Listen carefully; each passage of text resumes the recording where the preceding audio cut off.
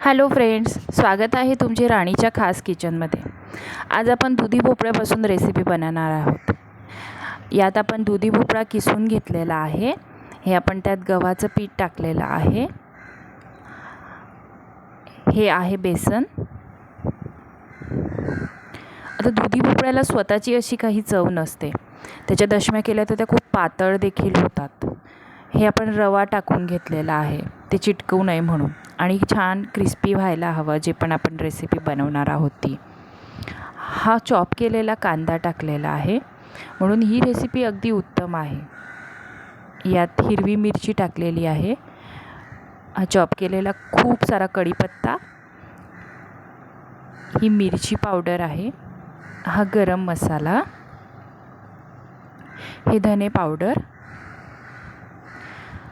हा हिंग आहे म्हणजे पचायला हलके होते हे बेसन टाकल्यामुळे, ही हळद आहे,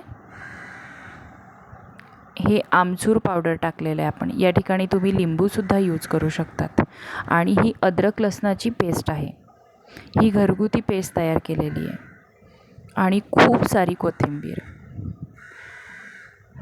तर दुधी भोपळ्याला आम्ही जसं म्हटले की स्वतःची अशी काही चव नसते त्याला, म्हणून त्याचं काय करावं हे देखील कळत नाही। भाजी केली तरी ती एवढी चविष्ट होत नाही, शिवाय दशम्या केल्या तर त्या खूप चिकट चिकट होत असतात। म्हणून हे अति उत्तम पर्याय आहे। नाश्त्याला खाऊ शकतो, जेवणाला देखील किंवा रात्रीच्या जेवणाला देखील।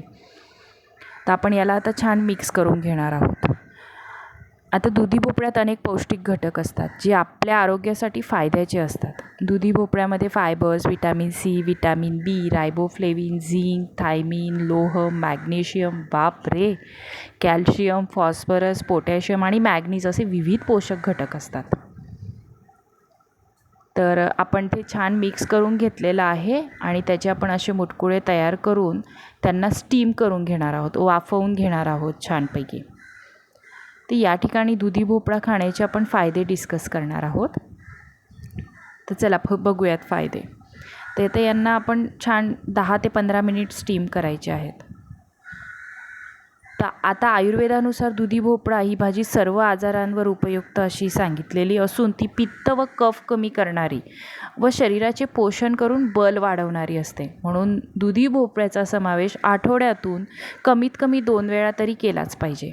तर आपले हे स्टीम करून हे मुटकुळे तयार झालेले आहेत। आपण यांना आता छोट्या छोट्या पीसेसमध्ये करून घेणार आहोत। आता यांचा आकार कसा ठेवायचा हे सर्वस्वी आपल्यावर डिपेंड आहे। आपल्याला छोटे करायचे छोटे करू शकतो, मोठे देखील करू शकतो, पण छोटे केल्याने काय होतं त्याला मसाला छान कोट होतो सगळा। आता दुधी भोपळा खाल्ल्याने वाईट कोलेस्ट्रॉल कमी होत असल्याने हृदयासाठी हितकर असते।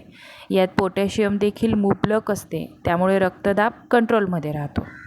हे तेल गरम केलं आहे आपण, त्याच्यात राई टाकली आहे, जिरं टाकलं आहे आणि खूप सारी तीळ टाकलेली आहे। इथे पांढरी तीळ वापरलेली आहे, तुम्हाला हवं तर तुम्ही काळी तीळ देखील वापरू शकता, ती देखील आरोग्यासाठी खूप चांगली असते। पांढऱ्या तीळीमध्ये कॅल्शियम खूप असतं। आणि हे जे कापले आपण मुटकुळ्यांचे तुकडे हे टाकून घेतले आणि यांना आपण छान खालीवर करून घेऊयात। याच्याने चव खूप वाढते। तुम्ही ते तसेच सुद्धा खाऊ शकतात स्टीम केलेले। ज्यांना वेट कंट्रोल करायचं आहे, तेल वर्ज्य आहे, त्यांनी ते तसेच खाल्ले तरी चालतील, आणि बाकी लोक हे असं खाऊ शकतात, खूप छान लागतात हे। ही कोथिंबीर आपण गार्निश केली, कोथिंबीरीशिवाय चवच येत नाही कुठल्या भाजीला आणि दिसत पण नाही छान। ह्या दुधी भोपळ्यामध्ये वजन देखील आटोक्यात राहते। दुधी भोपळा हा डायबिटीस रुग्ण, गरोदर स्त्रिया यांच्यासाठी खूप उपयुक्त असतो। एक 3-4 मिनटं आपल्याला तेलात करपवली की ही डिश तयार होऊन जाते फटक्यात। मूळव्याध समस्या कमी होते, असे खूप सारे फायदे या दुधी भोपळ्याचे असतात। तुम्ही पण ही डिश नक्की करून बघा, तुम्हाला आवडेल। थँक्यू।